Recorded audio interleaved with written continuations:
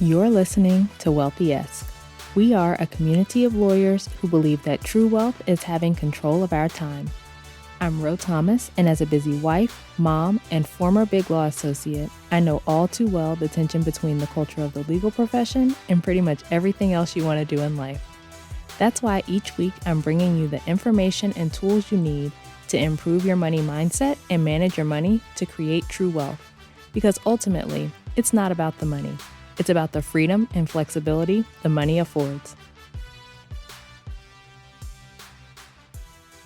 Hey friend, welcome back to the show. I hope you're doing well and having an amazing day so far. Today, we are talking about your relationship with money. So the way my lawyer brain works, it can be hard for me to get into some of the more woo-woo or squishy concepts like this. And I find that relating it to something I'm more familiar with or more comfortable with helps.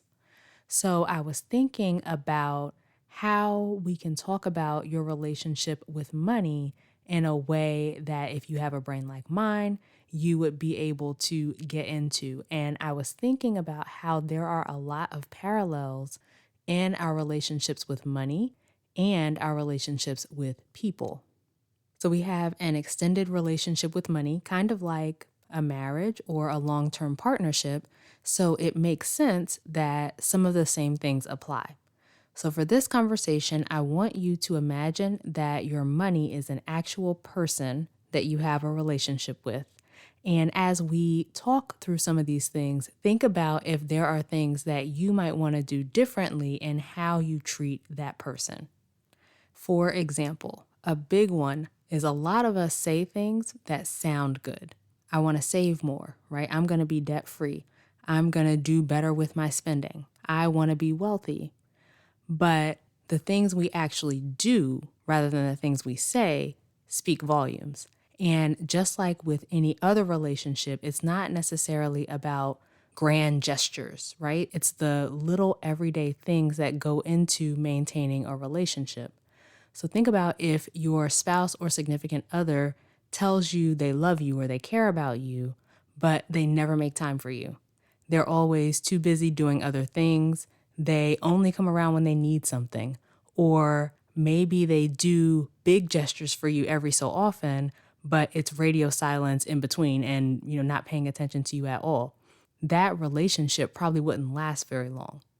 When you think about your money, it's the same. So you can say all day that you want to manage your money better. You can move big chunks of money to savings every now and then, or make a random one-off big debt payment.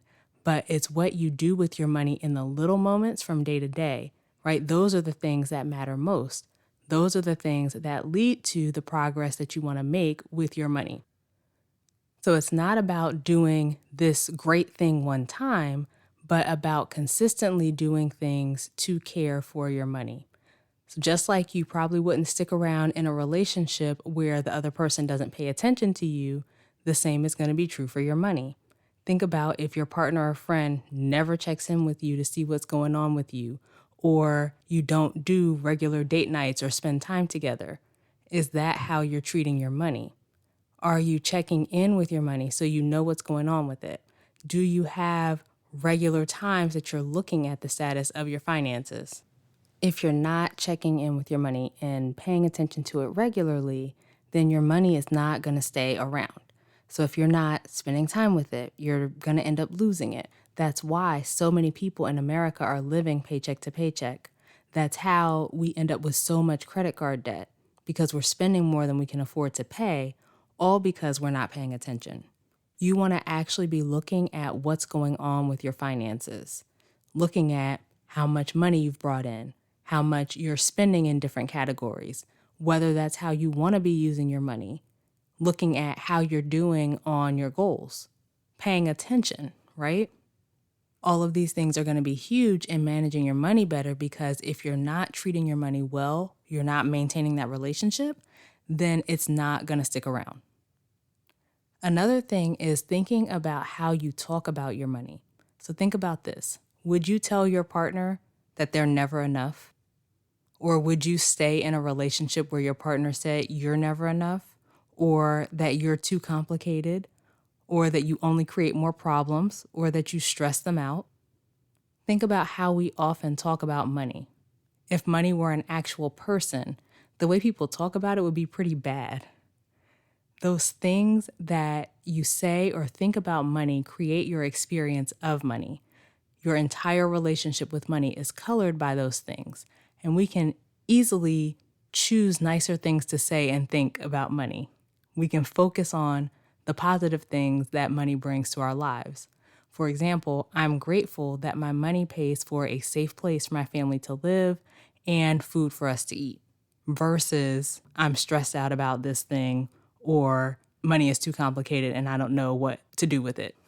How much different would your relationship be if you focused on the things you're grateful for in your partner versus criticizing and focusing on what's wrong and telling them how unhappy you are with them? The same is true here. You'll have a much better relationship with money, a much better experience of your money, if you can reframe the way you think about and talk about it. And finally, no relationship is perfect. You make mistakes. We all do. So if you're less than ideal in your relationship one day, you don't show up exactly the way you'd like to in your marriage or your relationship. You make a mistake.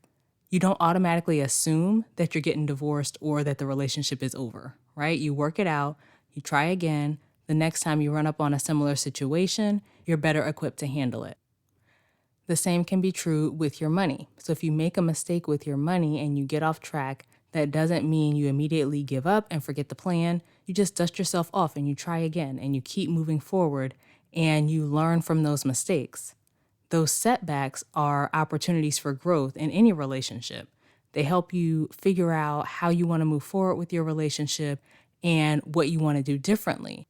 Just like one disagreement doesn't mean you give up on the whole relationship, one misstep with your money doesn't mean you give up on your whole plan.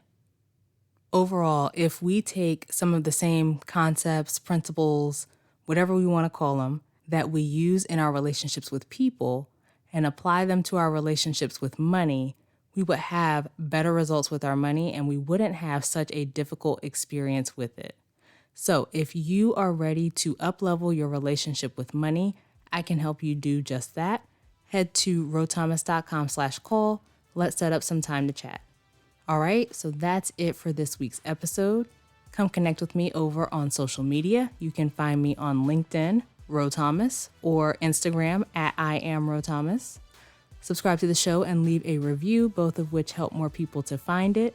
And please think of a friend or two who you think could use this information and share this episode with them.